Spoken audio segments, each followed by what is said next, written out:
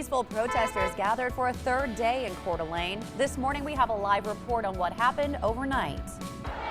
The last week was marked by pain, protests, and property damage. We can't let that get lost in negativity. This morning we give you a live look at downtown Spokane and detail the latest events to make sure the Black Lives Matter message is not lost among violent protests. I got to come out and vote and hope for a change. And results are coming in for Idaho's first mail-in primary. We will tell you who is leading the races. Up with KREM starts right now with Jen York, Joshua Robinson, Evan Narani, and Dana Marie McNichol. Just ahead of 6 a.m. now on our Wednesday morning, we are following breaking news. New in the last 30 minutes, a missing three-year-old girl from Wapato has been found safe. Authorities issued an Amber Alert Monday for Melody Lopez. Now, details about where she was found are unclear. However, authorities arrested a suspect associated to the case. And again, an Amber Alert is canceled this morning for a 3-year-old girl from Wapato. Authorities say she was found safe. Closer to home this morning, we begin with a look over downtown Spokane. You can see a pretty quiet start to our Wednesday morning. KREM 2 crews downtown report they are not seeing any new damage overnight. This follows a peaceful protest early yesterday. Now, yesterday, kids gathered in Riverfront Park to share their thoughts on the recent protests. It was put on by a local youth activist. Children, teens, and young adults were encouraged to speak up and put their words into action. We're just giving them an open mic, and we're going to listen to them, and we're going to love on them, and we're going to clap for them. And if they want to go viral from being doing great dances or whatever challenge they want to do, they can go famous from that, but not from tearing up the city. We're not doing that. Organizers say the event remained peaceful. For the latest information on protests in Spokane, you can text PROTEST to 509-448-2000. Now, across state line, overnight armed civilians patrolled downtown Coeur d'Alene. The police were seen patrolling the same area of Sherman Avenue. Nicole Hernandez is joining us this morning with what she's seeing today. Good morning. Good morning, Jen. So I'm right here on the corner of Sherman and 2nd Street, right in downtown Coeur d'Alene, where yesterday evening a small group of people were holding Black Lives Matter signs. Now, this morning, downtown Coeur d'Alene is completely quiet. You would almost not even realize that that was happening yesterday and the day before, except for the fact that you can see behind me a couple of businesses have boards up on their windows. Now, they put those up just in case anything violent happened. But as you can see in this video here, both last night and the night before, the protests were peaceful. You can see there's two different groups, one of the protesters and one of the people protecting the area from rioters. One man who was there to protect downtown said they weren't there to start conflict with the protesters, just to protect small businesses. People here, this is their peace and this is their livelihood. You know, you break this, you break what they have, it's not good for the small businesses and the families that are trying to thrive off of this stuff. The CDA Police Department said they didn't get any complaints about violence from the first night of protests, saying both groups of people actually had some good conversations. And then walking around this morning, I'm also not seeing any damages around the downtown Coeur d'Alene area. Now, of course, we do have these boards up here behind me. A couple more down the street also have boards up staying closed up, which of course must be difficult to close up shop for this after having to stay closed for the coronavirus response. But of course, we've only seen peaceful protests here in Coeur d'Alene. Now, the Coeur d'Alene Police Department did say that some protesters said that there might be another demonstration here either tomorrow or Friday. But of course, if that does happen, the goal is to keep those peaceful as well. Live in Coeur d'Alene, I'm Nicole Hernandez. All right, Nicole, thank you so much for that live look at Coeur d'Alene this morning. Now, on the west side, Seattle protests continued for a 5th night. While the majority of the demonstrations yesterday remained peaceful, protests last night on Capitol Hill escalated. Our sister station reports police used tear gas on the crowd. Seattle will now have a curfew in place through Saturday. People will need to be inside between 9 p.m. and 5 a.m. Organizers of peaceful protests in Seattle say they will not let destructive acts of a few detract from their message.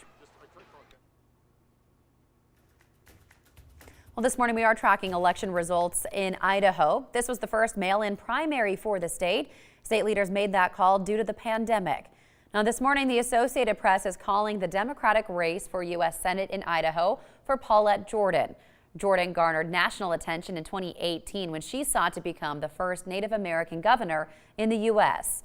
She will now face Republican Senator Jim Risch in November. He maintained his position in the U.S. Senate GOP. He ran unopposed. He is favored to win in November. Some of the his recent work involves fundraising for student education during the coronavirus. Moving now to the race for State Legislative District 1 Seat A that represents Bonner County. Republican Heather Scott ran unopposed. Scott recently made headlines calling for her constituents to openly defy the state's stay-home order. Next, the race involving Thyra Stevenson. She was the state representative for the 6th Legislative District in Seat A. Stevenson died last month after suffering a heart attack, but her name was already printed on the ballot for the Republican primary. However, at this point, our sister station in Boise is reporting her opponent, Aaron Von Ellinger, won all precincts reporting. Next, moving to the Democratic U.S. House District 1, Rudy Soto is ahead of Staniela Nikolova. She is passionate about building up educational programs. As for Soto, he is vocal about health care reform and served in the U.S. National Guard. Next, Russ Fulcher has a large lead for the GOP U.S. House of Representatives District 1 against Nicholas Jones. Fulcher is wrapping up his first term in Congress, and he will face the winner of the Democratic primary as well as the Libertarian winner later this year in November. In the race for the Kootenai County Sheriff, Robert Norris is the projected winner. Norris won with more than 44% of the votes. Kim Edmondson has 26% of the votes. Well, for the full Idaho primary election results, you can text ELECTION to 509-448-2000, and there we'll send you a link with the most current information.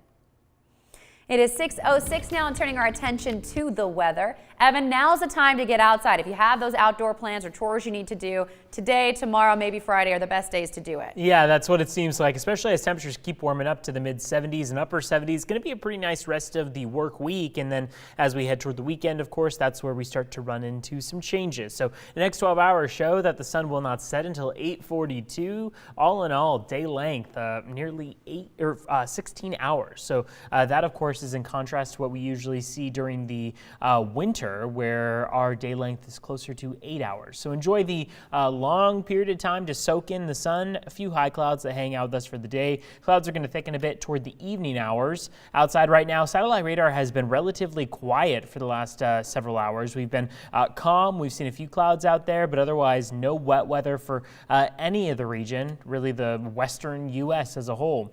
3-day forecast shows we keep building in terms of temperatures. 72 for today, 73 tomorrow, your Thursday, and then Friday, 76 is that forecast high. We will keep seeing those clouds build Friday into Saturday. Saturday is when we start to see those widespread showers come about, and it looks like some of that wet weather will linger all the way into the beginning of next week. We'll have more details on what that looks like coming up in just a few minutes. But for now, it's 6:07. I'll send things over to Dana Marie. Good morning, Dana Marie. Oh, or Jen. Hello, I guess. Hello. I could be you. Dana Marie today. Exactly.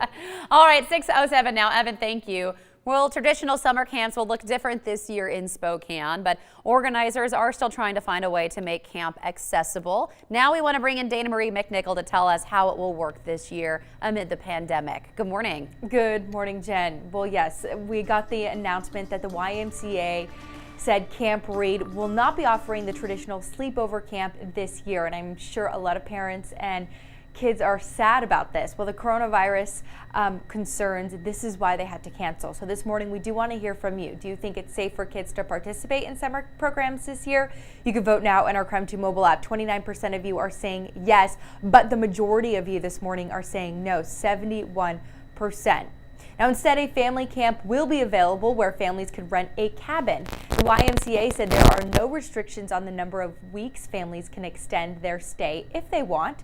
According to the camp leaders, there will be different opportunities for families like arts and crafts, waterfront activities, campfire time, and more. All the fun traditional camp things families look forward to, of course.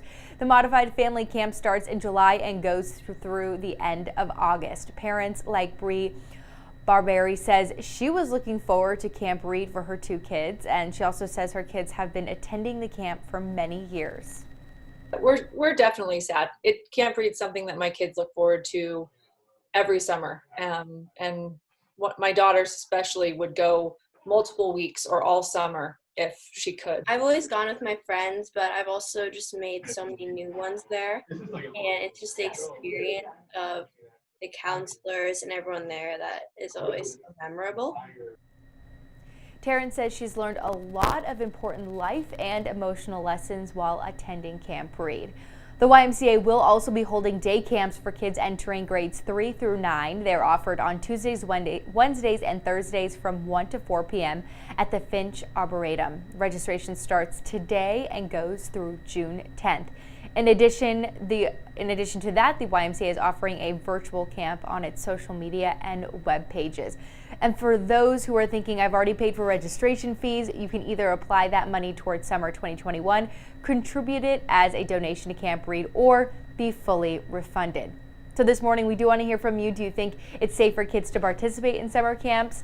This year, 60% of you are saying no, 40% saying yes, almost split down the middle. I'm sure many of you at home remember your time as a child at camp, and those are just great memories. But of course, working to make sure kids are staying safe. Jen and Evan, do you have your own experience with summer camp, sleepaway camp? I was a summer camp counselor, so I know what it's like to bring the kids all around. It was a travel camp where we would go on trips almost every day. So I think I get both sides of it. I think that there are a lot of parents that are working all summer long and need their kids to be taken care of and, of course, enjoy the summer. But at the same time, this is unprecedented. We haven't had times like this that require us to be socially distant. And in a summer camp environment, it's really difficult to have any of those kids be separate at all, right? Yeah, always in close quarters. And it should come as no surprise to anyone watching this morning that Evan was a camp counselor, right? I was about to say. It was great. I loved it. I mean, if all else fails, I'm going back to it. So I'll go to the camp. That there you go. Fun. We need adult summer camp, that's for sure. All right, Dana Marie, thank you so much for bringing us that story. Of course, if you want to weigh in, we're always inviting you to make your voices heard. You can do that on KREM.com/vote or on the KREM 2 mobile app.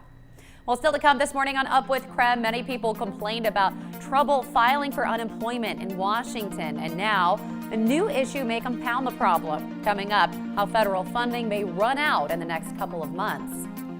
And take a look at the beautiful start to our morning. We have sunshine out around downtown Spokane. We'll be talking about what the rest of the week looks like, including our chance for showers after the break.